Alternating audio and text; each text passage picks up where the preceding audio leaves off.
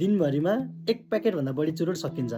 कहिलेकाहीँ छोडो पनि लाग्छ, तर मन लागेपछि के गर्नु हैन, एकैछिनमा खाइहाल्नु पर्यो। अब डाक्टर साहब कहिलेकाहीँ चाहिँ चुरोट छोड्नु पनि लाग्छ, तर सकिँदैन भनेर चाहिँ धेरै मान्छेहरूले कुरा गरिरहेका हुन्छन्। कहिलेकाहीँ क्लिनिकमा पनि आउँछन् हैन, घरतिर कुरा गरेको पनि सुनिन्छ।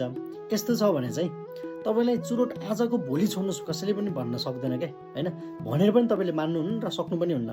गर्ने के त भन्दाखेरि यदि तपाईहरुले अहिले चाहिँ दिनमा सपोज 10 वटा चुरोट खाइरहनु भएको छ भने अब यो हप्ता चाहिँ गनेरै 9 वटा मात्रै खानुस्, नेक्स्ट अर्को हप्ता गनेरै 8 वटा खानुस्। भनेको एउटा चुरोट खानेदेखि अर्को चुरोट खानेको त्यो ड्युरेसन चाहिँ डिले भन्छ क्या, डिले थेरापी। हल्का कम एक तपाईलाई 1 घण्टामा चुरोट चाहिन्थ्यो भने अब चाहिँ 1 घण्टा 15 मिनट 1 घण्टा 20 मिनट जस्तो बनाउनुस् के हैन।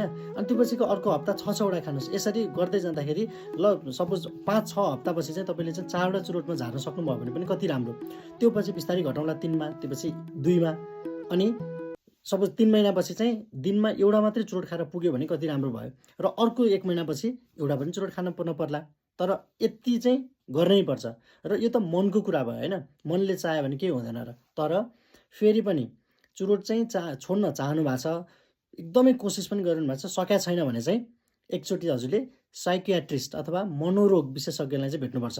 उहाँहरूले चाहिँ तपाईलाई मेडिसिन पनि दिनुहुन्छ। मेडिसिन पनि छ अहिले त, एकदम एडभान्स मेडिसिनहरू, एउटा दुईटा मेडिसिनहरू पनि आइसकेको छ। यसमा चुरोट छुटाउन सक्ने औषधि छन् र अरू विभिन्न थेरापीहरू पनि छन्, उहाँले त्यो दिनुहुन्छ। र अप्सनमा चाहिँ तपाईहरुले त्यो निकोटिन गम, निकोटिन प्याच हैन, अनि तिनीहरू पनि अभाइलेबल छ क्या। त्यही भएर डाक्टरहरूले त्यो पनि दिनुहुन्छ।